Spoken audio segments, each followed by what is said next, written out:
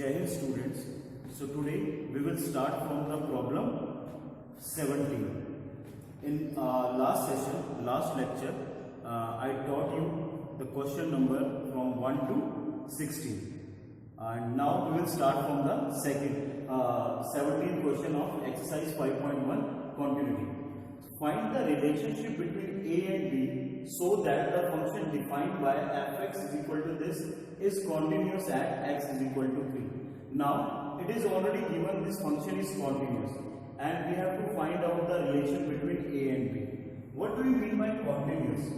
So continuous means limit x approaches to 3 negative f of x is equal to limit x approaches to 3 positive f of x is equal to f of 3. If a function is continuous, it has to satisfy this condition. So let us see. First, when x is less than 3, we will check at x is equal to 3. So first is left hand limit x is less than 3, and for less than 3 the value of function is ax plus 1. Limit x approaches to 3 negative f of x, it implies limit h approaches to 0 and function की value आ जाएगी 3 minus h. So the function will become, instead of x we will put 3 minus h. So limit h approaches to 0 a 3 minus h plus 1. So h की value 0 put कर देते हैं तो answer is 3a plus 1. Now come to right hand limit RHL. X is greater than 3. Limit x approaches to 3 positive f of x. It implies limit थोड़ा सा ज्यादा है, हम h को टर्म लेते हैं जो टेंड्स टू 0 है, तो थोड़ा सा ज्यादा है, बहुत ही माइनर सा होता है ये, एंड f क्या आ जाएगा 3 plus h. It implies limit h approaches to 0 3 plus h function में पुट करेंगे यहाँ पे, तो it will become b 3 plus h plus 3. h की वैल्यू 0 पुट की तो answer will become 3b plus 3. अब f of 3 पे, now at third when f of x is equal to 3 पे, तो फंक्शन की जो वैल्यू है 3 पे वो कितनी है ax plus 1. तो फंक्शन की वैल्यू ax plus 1 है, तो ये 3a plus 1 आ जाएगी, ये सेम टू सेम आ जाएगी क्योंकि इन दोनों के लिए जो फंक्शन था वो सेम था. अब हम इन दोनों का यूज कर लेते हैं क्योंकि ये आपस में इक्वल है, इसका और इसका यूज कर लेते हैं. So from this left hand and right hand limit जो आपस में इक्वल है, तो we know that limit x approaches to 3 negative f of x is equal to limit x approaches to 3 positive f of x. तो equal put करते हैं 3a plus 1 is equal to 3b plus 3. इसको इधर लाते हैं, उसको इधर ले जाते हैं, 3a minus 3b, और 3 को जब इधर लाएंगे तो minus 2 is equal to 0. So 3a minus 3b is equal to 2. a minus b is equal to 2 by 3. You can write like this. So this is the relation between a and b. Pause the video to note down. Now come to problem 18. For what value of lambda is the function defined by this continuous at x equal to 0, and after that we have to tell about the continuity at x is equal to 1 also. So first of all, at x is equal to 0. Let us see less than 0 के लिए equal to. So first left hand limit क्या कहती है हमें, x is less than 0 और function की जो value आएगी वो आएगी lambda x square minus 2x. So limit x approaches to 0 negative f of x, it implies small change जो है इसमें जीरो नेगेटिव मतलब बहुत ही स्मॉल चेंज, दैट्स हम एक्स ले लेते हैं जो टेंड्स किसको कर रहा है, tends to zero, f of x. अब एक्स की जो वैल्यू आ जाएगी वो आ जाएगी zero minus h. Now limit h approaches to zero, function में हम जहां जहां एक्स है वहां पे जीरो माइनस एच पुट करेंगे। जीरो माइनस एच का मतलब जीरो माइनस एच का square lambda minus two, zero minus h. Now put the value of H, तो ये सारा का सारा ही जीरो हो गया, तो ये पूरा का पूरा जीरो हो गया, there is no lambda now. Second, मैं इक्वल टू जीरो के लिए भी निकाल लेता हूं और राइट हैंड साइड के लिए भी निकाल लेता हूं। Are H L, x is greater than zero, f of x की जो वैल्यू है 4x प्लस 1। सो जैसे ही मैं 4x, तो limit x approaches to zero positive f of x, it implies limit x approaches to zero positive f of, sorry, h approaches to zero f of 0 plus h. Put here limit h approaches to 0 और यहां पे put करेंगे तो 4 0 plus h plus 1 equal to h की value 0 1। Now third, f of x is equal to 0, equal to 0 के लिए जो है वो अगेन मैं यहां पे x की वैल्यू 0 पुट करूंगा 0। तो लैम्डा की वैल्यू यहां निकालना, कोई भी ऐसी वैल्यू लैम्डा की मैं यहां पुट करूं जिसके लिए ये फंक्शन कॉन्टिन्यूअस होगा at x equal to 0, this function is not continuous. और लैम्डा कुछ भी हो सकता है, यहां पे lambda may be any real number, but at x is equal to 0 function is discontinuous. So pause the video to note down. So now again problem 18, and now we discussed about x equal to 0. Now we will discuss for x is equal to 1. So at x is equal to 1, so x is equal to 1 के लिए जो function use होगा वो greater than 0, यानी जब x की value 0 से बड़ी होगी, for all that number we will use this function. So for first है left hand limit when x is less than 1, तो less than 1 यानी 1 के लिए जो फंक्शन यूज होगा वो होगा 4x plus 1, तो थोड़ा सा ही कम है।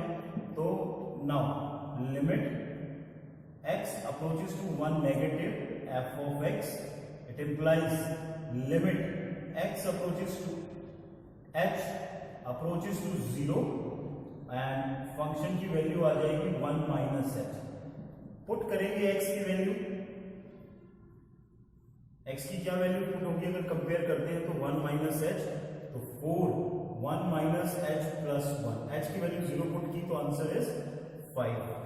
Second R H L, x is greater than 1, again same function we will use for x is greater than, क्योंकि 0 से बड़ी जो भी x की वैल्यू होगी उसके लिए we will use this function.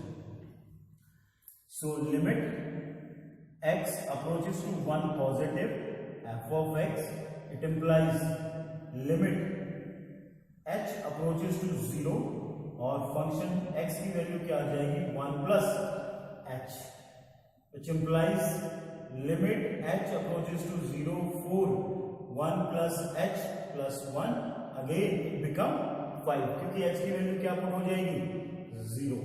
Now we will check on function पे value f, x is equal to 1, same function we will use 4 into 1 plus 1, that is again 5. So limit x approaches to 1 negative is equal to limit x approaches to 1 positive is equal to f of 1 is equal to 5. So function is continuous, और again lambda की कोई भी value हो सकती है क्योंकि lambda का कोई यूज ही नहीं हुआ है इसमें। सो lambda may be any value function is continuous at x is equal to 1. So lambda में भी एनी वैल्यू जो x इक्वल टू 0 था उसमें लैम्डा की कोई भी वैल्यू आप पुट करें इसका आंसर 0 ही बनेगा. Therefore for that it is not discontinuous at x is equal to 0. और इसमें अगर आप लैम्डा की कोई भी वैल्यू पुट करते हैं तो it does not impact. So therefore again it is continuous at x is equal to 1. Now come to question number 19. Now come to 19th question, very important.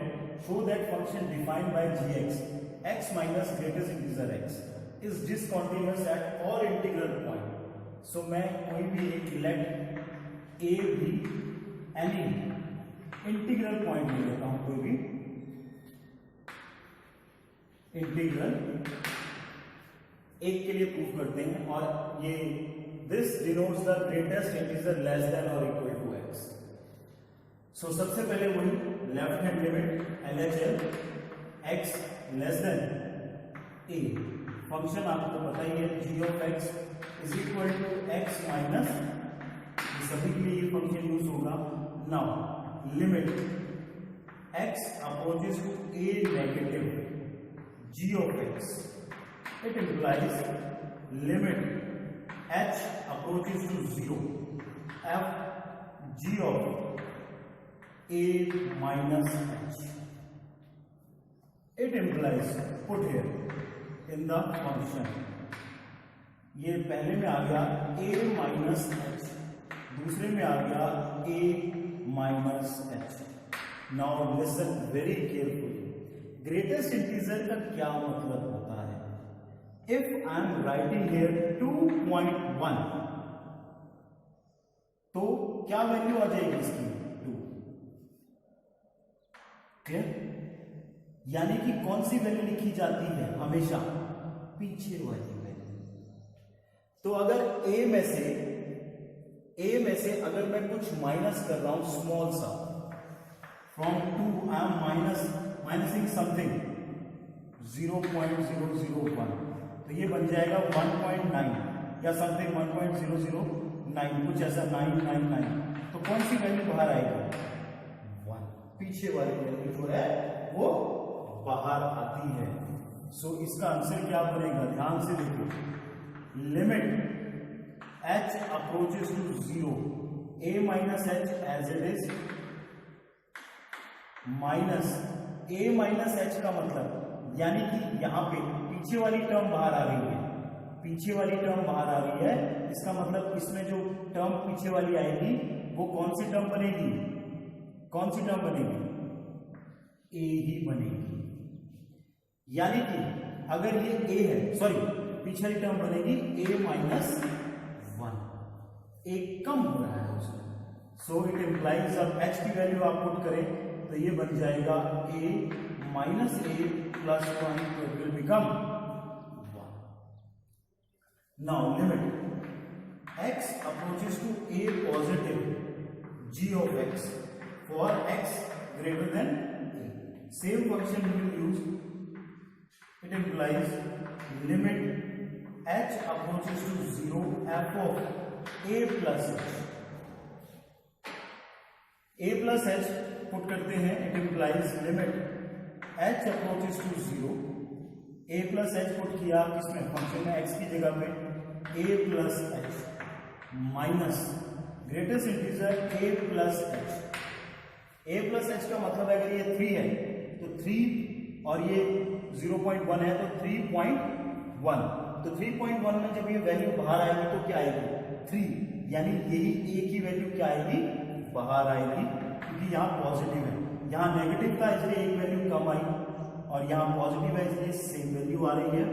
So limit h approaches to 0 a plus h, ध्यान से देखिए, a plus h minus a plus h minus a, तो it will become, ये कितना हो जाएगा? ये 0 और ये पूरा का पूरा क्या बन गया? 0 आ गया. So I can write here left hand limit is not equal to right hand limit. ये कौन से प्रकार की डिसकंटिन्यूटी बनी? ये बनी discontinuity of first kind. where we will have the value of left and right, but these values are not equal. Pause the video to note down. Problem 20. Is the function defined by this continuous at x is equal to pi? तो function हमें क्या दे रखा है, x square minus sin x plus pi. We have to check at pi. So at x is equal to pi. सबसे पहले left hand limit क्या कहती है, x less than pi. Function हमें ये यूज होगा. So limit x approaches to pi negative f of x. अब वो कौन सा छोटा सा पॉइंट होगा जो कम होगा, वो होगा h, जो जीरो को अप्रोच कर रहा है. और फंक्शन में x की वैल्यू क्या आ जाएगी, pi minus h. It implies limit h approaches to 0. Function में हम पुट करेंगे तो पहले आ जाएगा पाई माइनस एच का square sine pi minus H plus 5. Listen, limit h approaches to 0, pi minus H का square sine 180 minus theta. Second quadrant है, साइन की वैल्यू सेकेंड क्वाड्रेंट में क्या होती है, पॉजिटिव होती है. So I will write sine H plus 5. H की वैल्यू पुट कर देते हैं तो एच की value 0, pi square sine 0. Sine 0 कुछ भी नहीं है, यानी 0 डिग्री पे साइन की जो वैल्यू होगी वो कितनी होगी, 0 ही होती है. माइनस 0 प्लस 5, तो answer is pi square plus 5. Next, RHL x greater than pi, limit x approaches to pi positive, f of x is limit h approaches to 0, f of pi plus h. It implies limit h approaches to 0, pi plus h का square minus sin pi plus h plus 5. Sine 180 plus theta होता है minus sine theta, तो ये plus हो जाएगा. But h की value 0 है तो ये ऑटोमेटिकली 0 ही रहेगा, कोई फर्क नहीं पड़ेगा. यहाँ पे h की वैल्यू 0 पुट करेंगे तो पाई स्क्वायर प्लस 5. अगेन से देन एट, अब हम फंक्शन में x की वैल्यू पाई पुट करेंगे तो फंक्शन में जैसे ही pi square minus sine pi plus 5 will become pi square plus 5, क्योंकि ये तो 0 है, साइन पाई 0 होता है. So limit x approaches to pi negative is equal to limit x approaches to pi positive, f of x is equal to f of pi. तो ये तीनों की वैल्यू क्या आ रही है, equal. Therefore function is continuous at x is equal to pi. So pause the video to note down. Now come to 21st question. Discuss the continuity of following functions. fx sin x plus cos x. तो sin x और cos x ये दो functions का सम है. तो अगर ध्यान से देखें तो इन दोनों की जो डोमेन होती है sin x and cos x, इसकी जो डोमेन होती है, डोमेन वो क्या होती है, डोमेन ऑफ फंक्शन क्या होती है, रियल होती है. It means they both are continuous, और दो कॉन्टिन्यूअस फंक्शन का सम जो होगा वो भी क्या होगा, कॉन्टिन्यूअस ही होगा. Therefore it is continuous. तो ये दोनों क्या होंगे, कॉन्टिन्यूअस होंगे. तो fx की जो डोमेन होगी वो भी क्या होगी, रियल नंबर होगी. Therefore fx is also continuous. ठीक है, क्यों, क्योंकि डोमेन जो होगी किसकी, फंक्शन की, fx की, वो भी क्या रह जाएगी, r ही हो जाएगी. So addition of two continuous function is always continuous. वो हमें यहाँ पे बस लिखना है. Again sin x and cos x आप लिख सकते हैं डोमेन ऑफ फंक्शन किसकी, sin x की रियल है, दूसरे की domain of function cos x की आप ऐसे करके लिख सकते हैं, वो भी रियल है, एंड दो continuous, it means they both are continuous. So हमने प्रॉपर्टी पढ़ी थी कि subtraction of two continuous function are always continuous. So f of x is also continuous कब? for every value in its domain। so domain क्या हो जाएगी function की? वो भी r हो जाएगी। तो यहां पे आप लिख सकते हैं subtraction of two continuous function are always continuous. यहां पे again sine and cos, domain है r, डोमेन ऑफ फंक्शन है r, प्रोडक्ट ऑफ, तो it means these two functions are continuous. So product of two continuous function is always continuous at its domain। तो इसकी भी domain क्या होगी? Real number ही होगी। तो f of x क्या आ जाएगा? is continuous। सो इनको इस हिसाब से, इस प्रकार से लिखा जाता है। Pause the video to note down. Now come to problem 22. Discuss the continuity of cosine, cosecant, secant and cotangent. So it's very simple, क्योंकि cosine की जो डोमेन होती है वो क्या होती है? cos की डोमेन क्या होती है? डोमेन ऑफ फंक्शन क्या होती है? Real number. सो cosine क्या होता है? ये फंक्शन, cosine फंक्शन जो होता है वो कॉन्टिन्यूस होता है। कहां पे? अपनी डोमेन पे, एट इट्स डोमेन। बस हमें यही है, इससे ज्यादा हमें कुछ नहीं लिखना है। Then come to cosecant. Cosecant क्या होता है? कोसेक। कोसेक का मतलब 1/sin। अब ये फंक्शन कॉन्टिन्यूस होगा अपनी डोमेन पर, बट कहां पे नहीं हो सकता? ये फंक्शन कॉन्टिन्यूस सिर्फ तब नहीं हो सकता व्हेन sin x की वैल्यू क्या आ जाएगी? 0। और sin x की वैल्यू 0 कब होती है? 0 डिग्री पर, पाई पर। तो हम क्या लिखेंगे कि f of x is continuous at, कहां पे? जहां पे जो डोमेन है इसकी फंक्शन की, डोमेन ऑफ फंक्शन माइनस, किस चीज को माइनस करेंगे हम? x, सच दैट x की क्या वैल्यू है? n पाई। n पाई क्या होता है? यहाँ पे n belongs to any integer. n की वैल्यू 0 पुट कर लो, 1 पुट कर लो, तो जहां जहां ये वैल्यू 0 बनाएगा हमने उसको डोमेन में से क्या कर दिया? माइनस कर दिया। बाकी जगह ये हमेशा क्या रहेगा? कॉन्टिन्यूस फंक्शन रहेगा। सभी ट्रिग्नोमेट्रिक फंक्शन कॉन्टिन्यूस होते हैं, बट कुछ रिस्ट्रिक्टेड, जो जैसे यहां पे ये रिस्ट्रिक्शन लगी, तो ऐसा। Then secant. Secant means 1/cos। Again this is also cosecant है, आप cos लिख सकते हैं, x अगर नहीं लिखा है तो, otherwise you can write also. ये फंक्शन जो होगा ये भी कॉन्टिन्यूस होगा, बट कहां पे नहीं होगा? जहां पे ये क्या बनाएगा? 0 बनाएगा। और cos 0 कब बनाता है? cos 90 पे बनाता है, 270 पे बनाता है। So I will write f of x is continuous at its domain। कौन सी domain? Domain of function minus, क्या डोमेन होगी? Domain of function minus x, such that x क्या होता है? cos 2n + 1 π/2, और n क्या होगा? जो इंटीजर को बिलोंग करता है।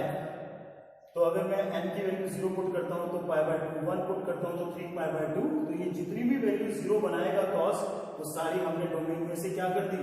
माइनस कर दी। तो सेकेंड कब कॉन्टिन्यूस होगा? जब उसकी डोमेन होगी।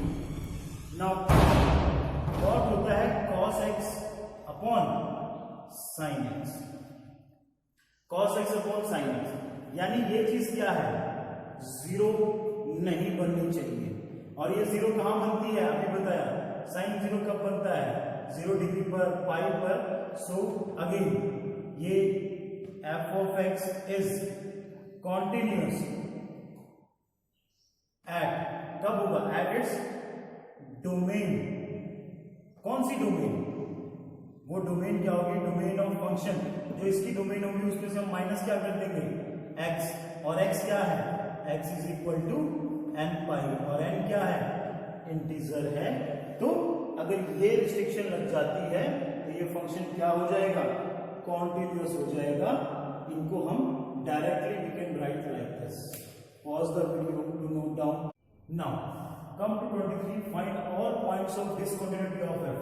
अब हमें ये बताना है कि ये डिसकंटिन्यूअस है, अगर है तो किस पॉइंट पे है। सो लेट अस सी। सबसे पहले x लेस देन 0 पे जो फंक्शन यूज हो रहा है that is sin x upon x। So left hand limit यही, तो लेफ्ट हैंड लिमिट क्या आ जाएगी किसकी, ये आ जाएगा limit x approaches to 0 negative f of x implies limit lim h approaches to 0 f of 0 minus h. So it will become limit h approaches to 0 sin 0 minus h upon 0 minus h. It implies limit h approaches to 0. Sine minus x किसके equal होता है, minus sine x के equal होता है, और इसकी value क्या होती है 1। Then x greater than 0, function greater than 0 के लिए है x plus 1। Limit x approaches to 0 positive f of x is implies limit h approaches to 0 f of 0 plus h। Put करते हैं, so limit h approaches to 0 0 plus h plus 1, h की value 0 put किया 1। Then function की value x is equal to 0 पर वो भी same है, तो क्या आ जाएगा 0 plus 1 that is equal to 1। So limit x approaches to 0 negative is equal to limit x approaches to 0 positive is equal to f of 0 पे जो वैल्यू आई वो कितनी आई 1 आई। So function is continuous at x is equal to 0। Listen very carefully.